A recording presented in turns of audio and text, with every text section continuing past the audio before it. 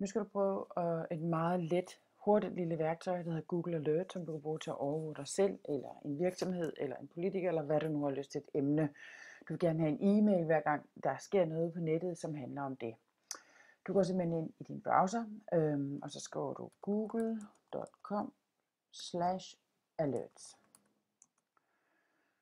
Og så kommer du ind, og kan du skabe din egen alert, og nu gør jeg det, søger jeg bare på mig selv, så jeg kan se, hvordan man gør det. Jeg vil gerne lave en alert på mig. Så går jeg herned i options, og siger, okay, hvor tit vil jeg have den? En gang om dagen, eller hver gang det sker, altså it happens, eller en gang om måneden, eller en gang om ugen, ikke? Sources, kilder, alt. Vil du kun have web, blogs eller hvad? Jeg tager automatisk, så får man det hele. Så kan man vælge sprog, så kan man vælge områder, om det er kun USA, eller hele Europa, eller det er alt.